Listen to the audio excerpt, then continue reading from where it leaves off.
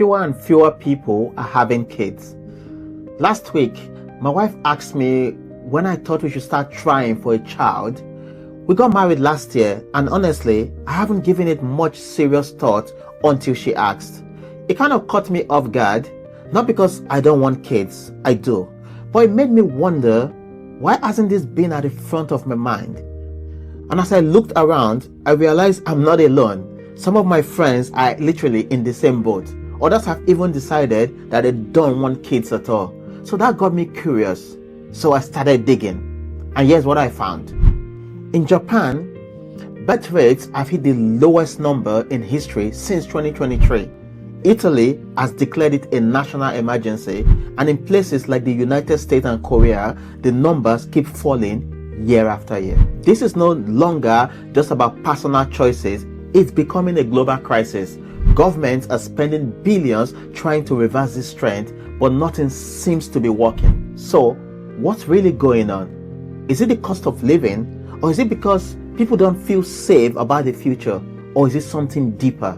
In this video, we will break it all down using real data to really understand what's happening, why it matters, and what it could mean for the future of the world.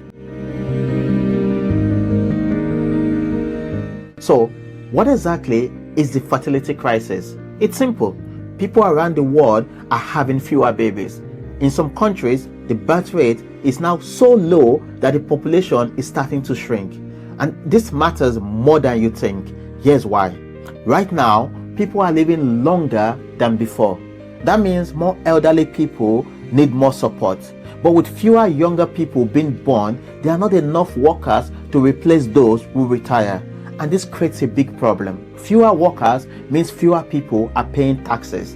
And if fewer people pay taxes, it becomes harder for the government to afford things like pension, healthcare, and basic services for the elderly. See, in the 1960s, there were 5 working age people for every 1 retired person. By 2000, the ratio had fallen to 3-to-1. And by 2040, that number could drop to as low as 2 workers for each retiree. That puts a lot of pressure on young people, the economy, and the whole system. And this isn't just happening in one country, it's happening in rich countries like Japan, Italy, South Korea, and even Norway. And it affects everything from jobs to taxes, house care, and even housing. So no, this isn't a people don't want kids anymore story. It's much bigger, and the consequences will affect us all. So why are people having fewer kids? The most common reason people give is money. Housing is more expensive than ever. In many cities, people spend over half their income just to pay rent for a small apartment. Buying a house feels almost impossible for many young adults. Then there's the cost of raising a child. Food, clothing, school fees, and healthcare, they all add up. In places like the US, childcare alone can cost more than a month's rent salary. Even countries like Taiwan and France have spent billions to help parents with money, but the birth rates are still going down. So clearly, this is not just about money, there's something deeper going on. Some experts say people don't feel secure about the future. So think about it. If you are worried about your job, the economy, or even the planet, having a child can feel risky. But that points to how life has changed. Today, more women are working and building careers, which is a good thing. But in many countries, women still do most of the work at home, especially when it comes to raising kids. That makes it even harder to balance work and family.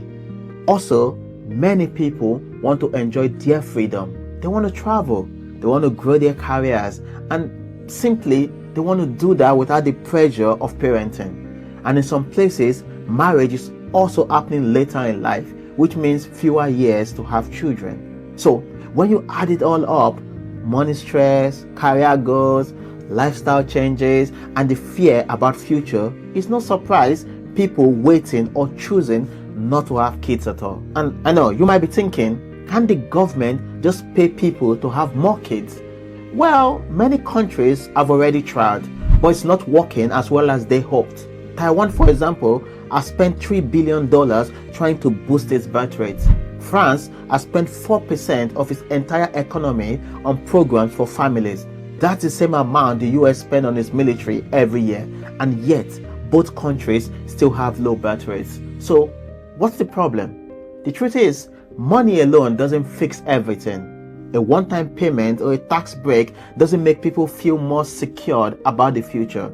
It doesn't fix bigger issues like long work hours, high stress, or lack of support for working parents. In some countries, giving more time off for new parents, like longer term maternity, has actually made things worse. Why? Because women who stay home longer often lose out on promotions or have a hard time going back to work. That makes starting a family feel like a big career risk. And in countries where women are expected to do most of the healthcare, even generous government help doesn't change the fact that parenting still feels like a full-time job with little help from society. So yes, cash bonuses and free childcare help, but they are not enough on their own to actually move the needle. People need time. People need to feel supported, not just with money, but with time, flexibility, and long-term security. That's why the fertility crisis continues, even in countries that are spending billions to stop it. And here's something most people don't talk about enough. Having kids doesn't affect men and women the same way. For many women, having a child means a big drop in income. Studies show that after having a baby, women often earn less, and that pay gap can last for years, sometimes even for life. For men, this doesn't usually happen. Most men don't lose income after becoming dads. As a matter of fact, some even earn more. In countries where women are expected to do most of the housework and childbirth, well, birth rates are often the lowest. In South Korea and Japan, for example, women still face pressure to stay at home and take care of the family, even when they want to have a career. This puts women in a tough spot. If they have kids, they might lose their job or fall behind at work. But if they focus on their career, they might miss the chance to have children. That's a lot of pressure. In countries where men and women share parenting more equally, the birth rates are usually a bit higher. That shows that when parenting is a shared job, people feel more supported and are more likely to start family.